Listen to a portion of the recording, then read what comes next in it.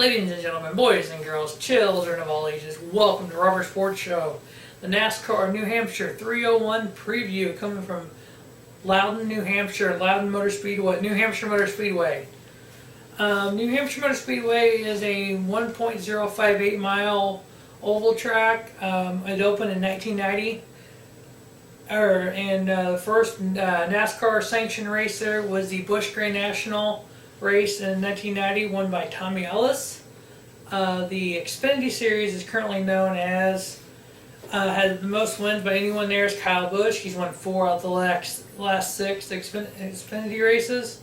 Obviously, him being on a roll currently in Cup, in Spring Cup, we'll see how well that is for him. Most NASCAR wins there is Jeff Burton with 4. Jimmy Johnson, Jeff Gordon, Tony Stewart, Ryan Newman, Kurt Busch all have 3 wins.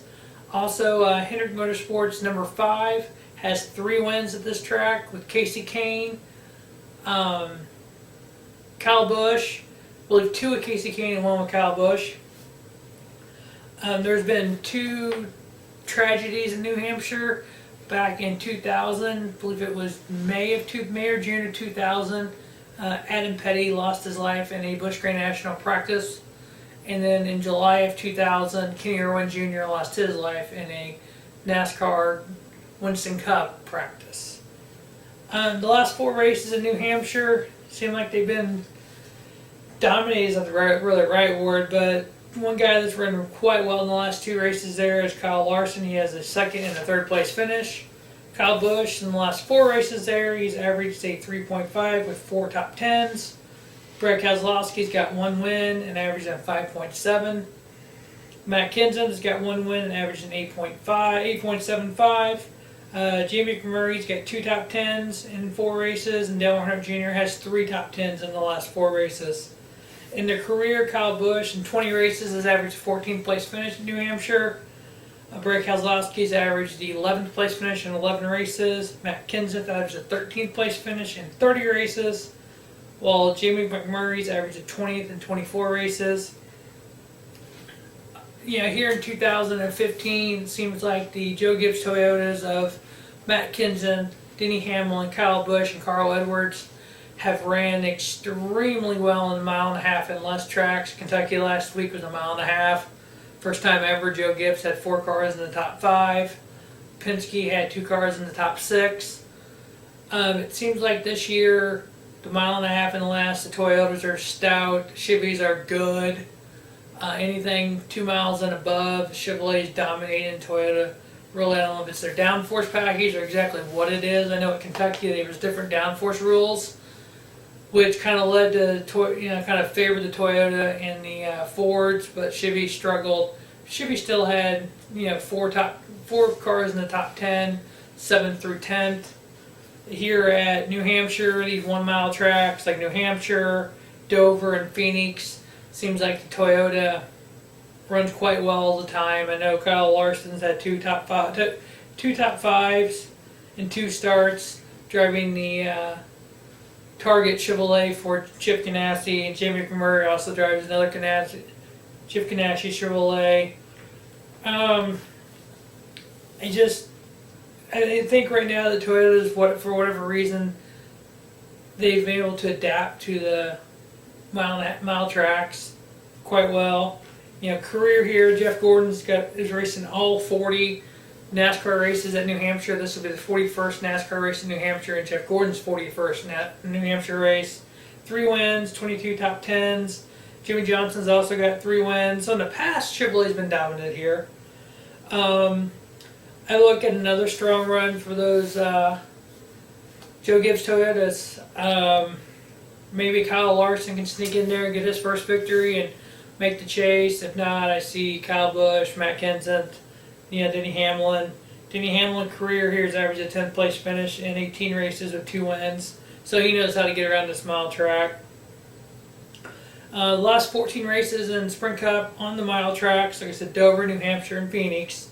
Brad Keselowski's got 1 win, 10 top 10s in 14 starts, 7.79 average. Kyle Larson in 8 races, 5 top 10s, averaged in 8th place. Kevin Harvick, 4 wins in 14 races, 9 top 10s, averaged an 8th place finish. Jimmy Johnson, 3 wins, 10 top 10s in 14 races, averaging 10th. And then Jeff Gordon, 9 top 10s and 1 win in the last 14 mile, the intermediate 1 mile tracks. So obviously you got the Brad Keselowski's there, you got the Hendrick Motorsports there, you got Kevin Harvick. All those guys will be up front here. If I had to bet money on it, I'm going to say back-to-back for Kyle Busch. I hate to say that. Everybody knows how I feel about Kyle Busch. But I see a Joe Gibbs car winning this. Outside winner, Kyle Larson. Typical, if it's not a Gibbs car, it'll be a Hendrick car. With the Hendrick satellite team, Stuart Haas. I can see Harvick running well here. Jimmy Johnson, Jeff Gordon. Don't know if it's going to be Jeff Gordon's last New Hampshire summer race.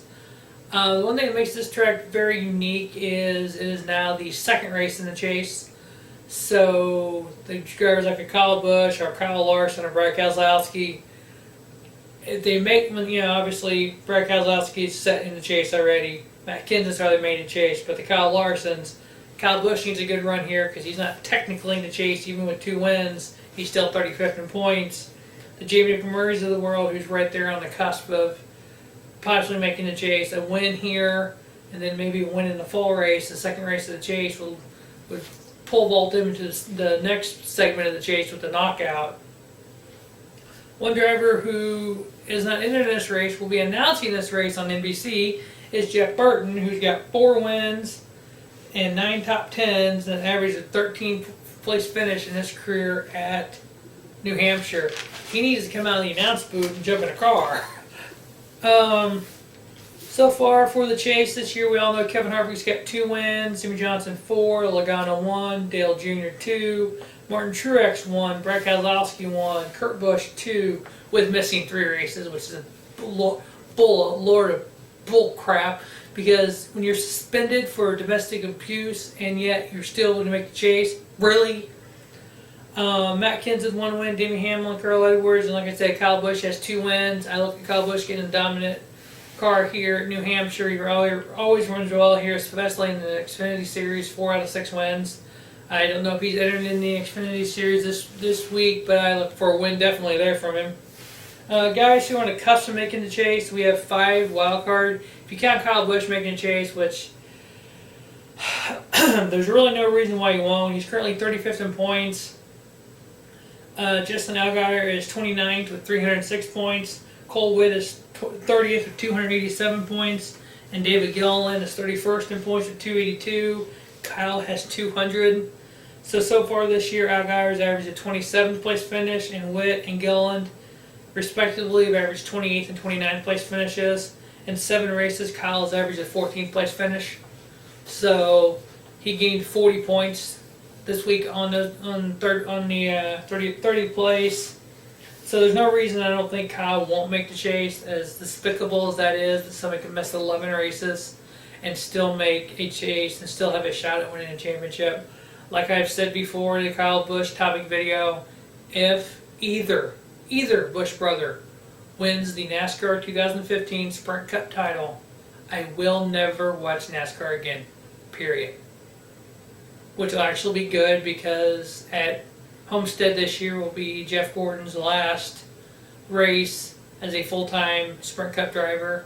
I was there for Jeff Gordon's first race, watching it, and I'll watch his last race. And if a Busch wins, I'll never watch NASCAR again, period. I don't care. I don't think you can miss races and win a championship. I think it's very despicable. And the fact that NASCAR is even letting him be in the chase is just horrible. I think it is the black eye for the sport to let people miss races and make it be able to win a championship. All right, currently Jamie McMurray is 7th in points with 0 wins, 7 top 10s. Next to Jeff Gordon, who's 10th in points. He's 19 points behind Jamie McMurray. Gordon's got 10 top 10s. He needs a victory to lock himself in the chase. Casey Kane is 43 points behind McMurray with 6 top 10s. Paul Menard is 47 points behind McMurray, and Ryan Newman is 59 points behind McMurray with 10 top 10s. Each of those points is 1 position on the track. So there's time for Newman, these guys to win races and be able to get locked in the chase. But the Clinton Boys of the world, who's 7 points behind that with 6 top 10s. Eric Almirola, 24 points behind that. Greg Biffle, 70 points behind. Kyle Larson's 86, Casey Mears 91, Austin Dillon 92. These guys really need strong runs here. They need strong ones the rest of the regular season until Richmond. They need a victory to lock themselves in. I don't think the chase is really good unless you have one of those guys win.